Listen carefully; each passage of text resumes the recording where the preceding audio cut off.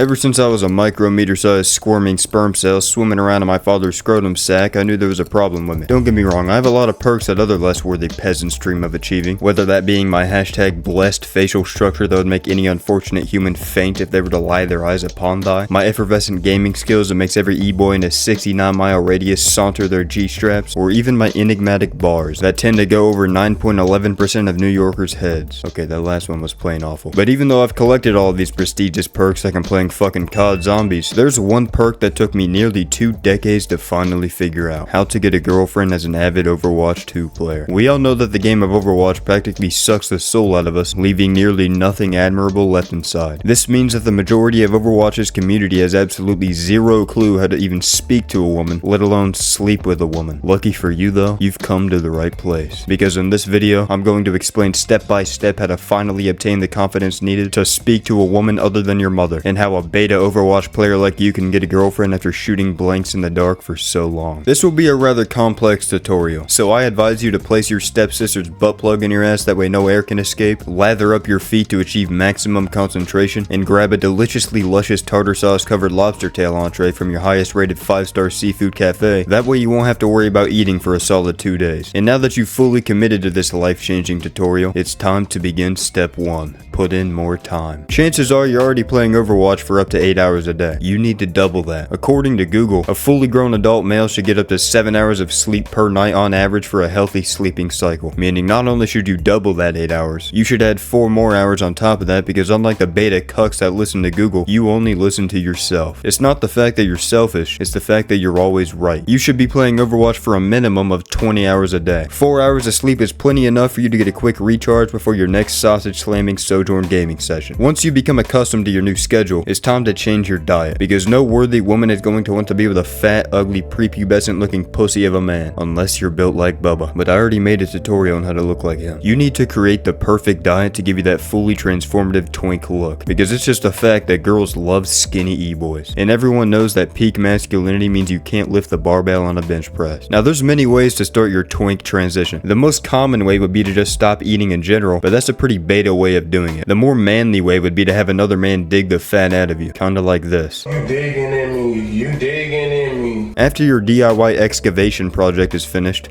it's time to move on to step 3. This is arguably the easiest step yet, depending on your personal past experiences. You need to change the way that you talk. The only viable way to get e-pussy is to talk with what the community calls the Overwatch accent. Basically, all you need to do is whisper into your mic and talk with a slightly zesty slur that confuses your competitor's sexuality. Oh my god, Mercy, you're so shit, like just revive me, you're worthless, like you're retarded, waste of space, uninstall the game, you're lost. If you do this in enough games, eventually you're bound to come across your perfect match. But you gotta be careful here, because due to the overwhelming amount of alphaness resonating around your in-game character, there's going to be imposters among your Overwatch friend request tab. Make sure you carefully read the names of these companionship volunteers. If their name is something that is stereotypically female-esque, then they are almost certainly a man. Now personally, I would take this as an upgrade, but this is a girlfriend guide, so no cocks allowed. Now once you sniff out who you presume to be a woman, you need to send her your Discord username via Overwatch Whisper. And this is where a lot of people go wrong. In order for her to take you seriously, you need to pick out the most badass anime profile picture and the most masculine, edgy, mysterious quote to make your bio. And I guess I should have told you this earlier, but make sure to make your Overwatch username include that disgusting font with a bunch of random lines throughout. That way people know you're an extra mystery man. Now once you secure the bitch's Discord, it's time to make your first impression. Now this is very important in order to secure the whore. Chances are a few seconds after y'all become friends, she'll send you a message containing what looks to be a friendly hi or hey or something like that. This is them testing you. Immediately after this first message, you need to start insulting and harassing them about every little fault they may have, and that you could easily be spending your time doing something more valuable. This will show them that you're a high value man, and that you're not just an option, but a requirement. They will immediately become obsessed with you. And listen, I know this will be exciting for you, since this is the first time a woman has ever shown any interest in you whatsoever, but you gotta remain low key. Add your victim on, okay, let's not say that. Add your boo thing on Overwatch and send her a group invite. Once you two cuties are in a group, it's time to create a custom game. You need to come up with the most revolting name you could possibly think of, that way you can broadcast your relationship to the rest of the community. Once you're in the custom lobby, have your boo thing join match chat and start conversating. Now you probably don't have any social skills, so allow me to be the voice in your head. Hey baby, what's your name? Oh, your name is Gwyneth? Like Gwyneth with a G? That's funny as fuck, because you know what else starts with a G? Grandmaster. And in case you didn't know, which you don't because you're a woman and you suck at video games, Grandmaster is like the highest rank. Did I peak Grandmaster? Who the fuck do you think I am? Some kind of shitter? Nah, bitch. I peaked Champion. I bet you don't even know what that means.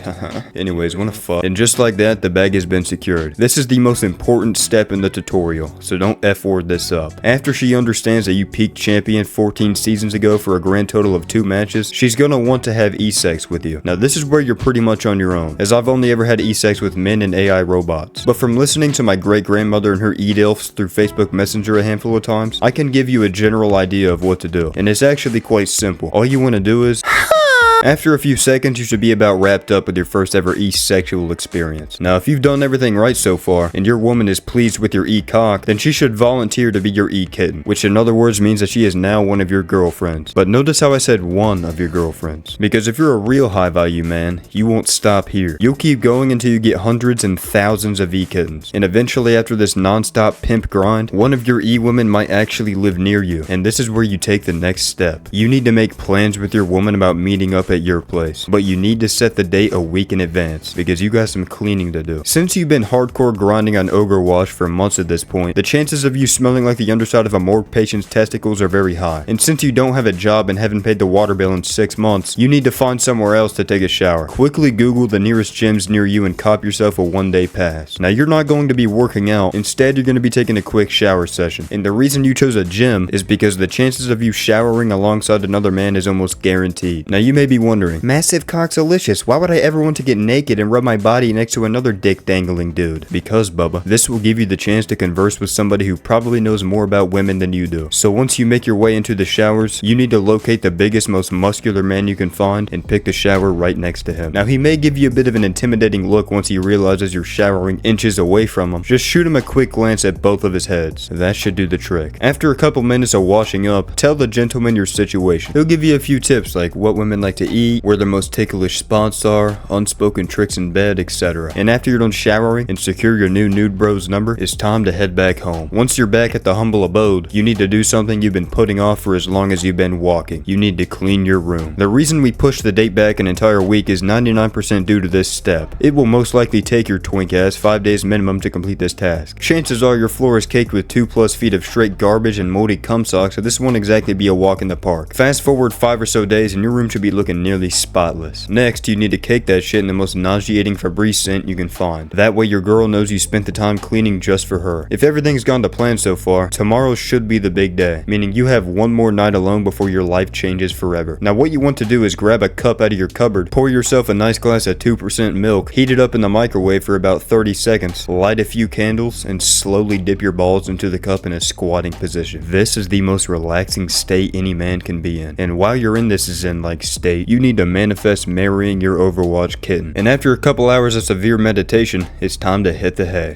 Today's the day. You woke up to a text from your e-kitten ecstatic over tonight. Now you haven't seen her face yet, but she does have a hot anime girl as her Discord PFP, so you're not worried about her looks. She has said that she's special though, and that there aren't many girls like her. A few hours later you get the text that she's arrived, and that she needs you to walk her inside. You're a little confused, but maybe she just wants to be romantic. You open the door, and no one's there. You're befuddled for a brief moment, until you hear her call out to you from the bottom of your driveway. You take a glance, and holy shit, this bitch is in a fucking wheelchair. That's what she meant when she said she was special. Now most people would be put off by this, but you're borderline retarded from all that Overwatch you play, so you take this as a bonus. You excitedly make your way down to the driveway and give her a massive hug. It's love at first sight. The moonlight is seeping through the trees next to your driveway, creating the perfect romantic environment. Once you reach the top of your driveway, you lean in for a kiss, and just as you're about to connect lips, stops. You trip over a little pebble in your driveway, falling face first onto her wheelchair's brake pedal. By the time you get back up, she's already zooming nearly 50 miles an hour down your driveway. She starts to scream in a vegetable manner. Matter of fact, she's singing the fucking VeggieTales theme song, and you start chasing after her, but it's too late. On some Final Destination timing, a 5-ton Mack truck speeds past your house at 130 miles an hour and strikes your girlfriend. It's a true tragedy. The Mack truck driver gets out of his vehicle in hysterics. You're so confused and depressed that you can't help but just stare at the guy. He makes his way up to you profusely apologizing, and out of sheer panic, you lean in for a kiss, connecting lips with the man. You realize that this is what you've been missing all along. A man's touch. You instantly feel like your life is complete. This truck driver is your soulmate. So you immediately start Fortnite dancing on your dead girlfriend's corpse.